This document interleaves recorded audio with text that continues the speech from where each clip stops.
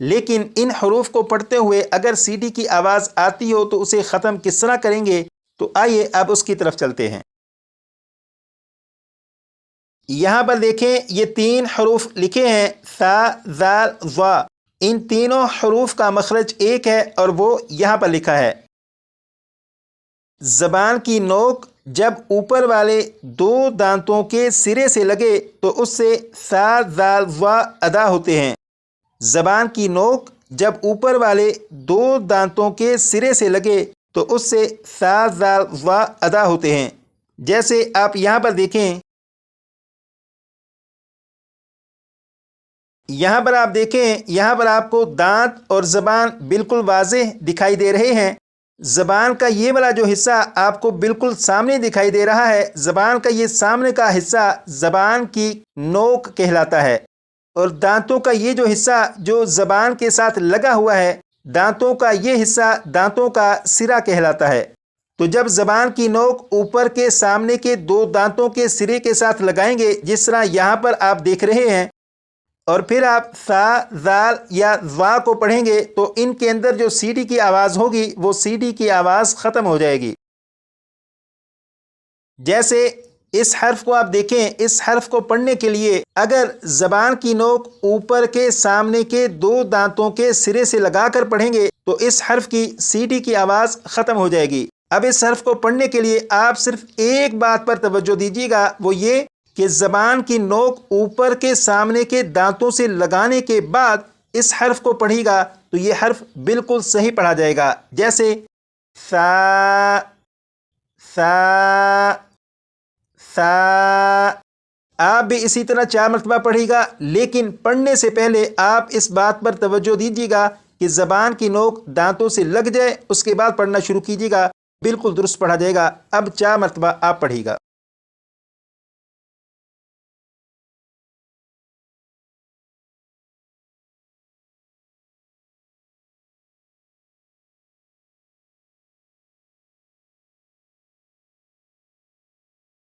اب اس حرف کو پڑھیں گے اور اس حرف کو پڑھنے کے لیے آپ صرف ایک بات پر توجہ دیجیے گا، اور وہ یہ کہ اس حرف کو پڑھنے سے پہلے زبان کی نوک اوپر کے سامنے کے 2 دانتوں کے سرے سے لگا لیجیے گا۔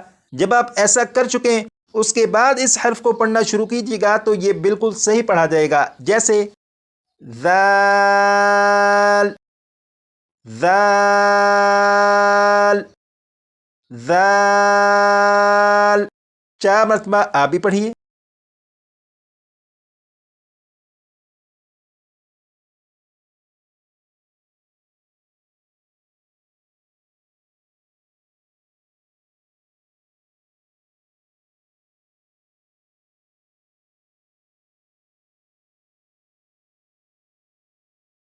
اب اس حرف کو پڑھیں گے اور اس حرف کو بھی نرمی سے پڑھیں گے، یعنی سی ٹی کی آواز کے بغیر پڑھیں گے۔ اور سی ٹی کی آواز کو ختم کرنے کا بڑا آسان طریقہ آپ کو معلوم ہو چکا ہے کہ زبان کی نوک اوپر کے سامنے کے 2 دانتوں کے سرے سے لگا کر پڑھیں تو سی ٹی کی آواز ختم ہو جائے گی۔ جیسے ذا، ذا، ذا۔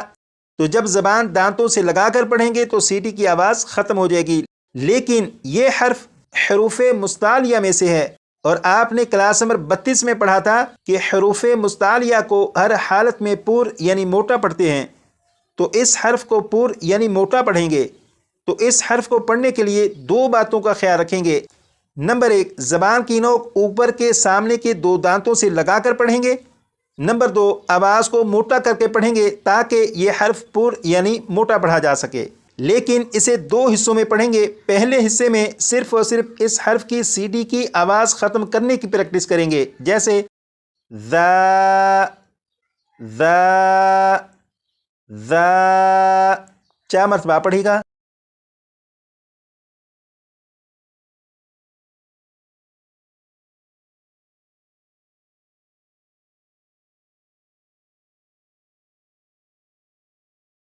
اب اس حرف کو پور یعنی موٹا پڑھنے کی بھی پریکٹس کریں گے۔ اب اسے پڑھتے ہوئے 2 باتوں کا خیال رکھیں گے۔ نمبر 1، زبان دانتوں سے بھی لگے۔ نمبر 2، آواز کو بھی موٹا کر کے پڑھیں گے۔ جیسے ظا، ظا، ظا۔ 4 مرتبہ پڑھے گا۔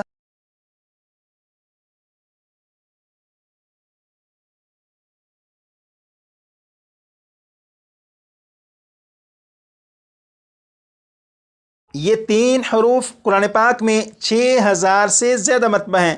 آج کی کلاس میں ان 3 حروف کو پڑھنے کی جو پریکٹس کی، آپ کوشش کیجیے گا کہ ان حروف کو اسی طرح اچھی طرح سے یاد کر لیا جائے، کیونکہ اگر یہ 3 حروف آپ نے اچھی طرح یاد کر لیے تو قرآن پاک کو پڑھتے ہوئے جس لفظ میں بھی یہ حروف آئیں گے، آپ کے لیے اس لفظ میں ان حروف کو درست پڑھنا مشکل نہیں ہوگا، آپ آسانی سے درست طریقے سے پڑھ سکیں گے۔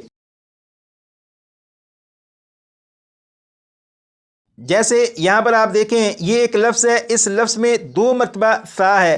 اگر آپ نے ثا کی بھرپور پریکٹس کر لی تو آپ کو معلوم ہوگا کہ ثا کو نرمی سے پڑھنا ہے، یعنی سی ٹی کی آواز کے بغیر پڑھنا ہے، تو آپ بڑی آسانی سے اس لفظ کو درست پڑھ سکیں گے اور اسے پڑھیں گے بِثَلَاثَةِ بِثَلَاثَةِ۔ اسی طرح اس لفظ میں ذال ہے، اور آپ نے اگر ذال کی بھی بھرپور پریکٹس کر لی تو آپ کو معلوم ہوگا کہ ذال کو سی ٹی کی آواز کے بغیر پڑھنا ہے، اور اسے پڑھیں گے الذی الذی۔ اسی طرح بقیہ الفاظ کو بھی آپ بہتر سے بہتر پڑھ سکیں گے۔ آج کی کلاس میں جو سبق پڑھا، اس سبق میں سے جو سبق یاد کرنا ہے وہ میں کلاس کے آخر میں لگا دیتا ہوں، آپ اسے اچھی طرح سے یاد کر لیجیے گا۔ نمبر 1 یہ والا سبق یاد کریں گے۔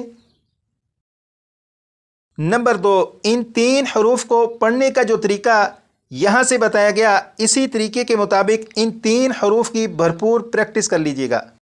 امید کرتا ہوں آپ اپنے سبق کی بھرپور پریکٹس کریں گے۔ آج کے لیے اتنا ہی، مزید پڑھیں گے کلاس نمبر 34 میں۔